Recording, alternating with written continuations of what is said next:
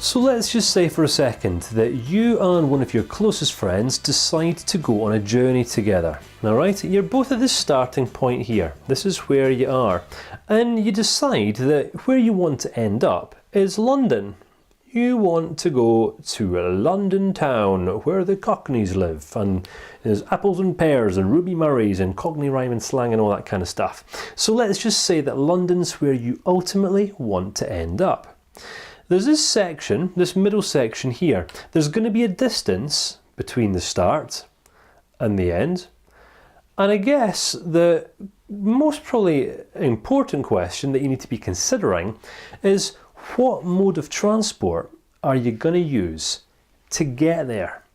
Because you see, I live just outside Edinburgh in Scotland. Now I know that for me, the most effective and probably the fastest mode of transport to get me from Edinburgh to London, from my starting point to my ending point, would be either the train or I could fly.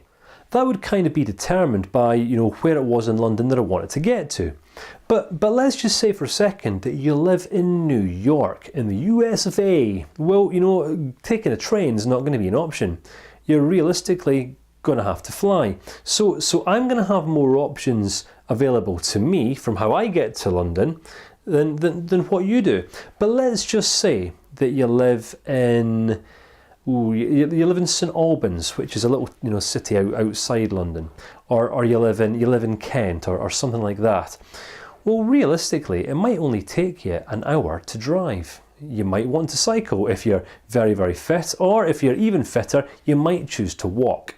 So look, this isn't really about modes of public transport. That's not the point I'm trying to make here. The point I am trying to make is that when we're telling stories, we're taking someone else on a journey with us, aren't we? We're taking our audience on a journey. We've started at the starting point, we're in this middle section, and we're wanting to ultimately get somewhere.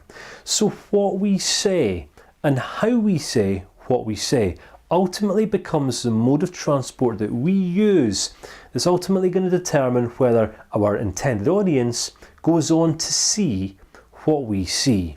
Because if they don't go on to see what we see, then they're not going to get what we get.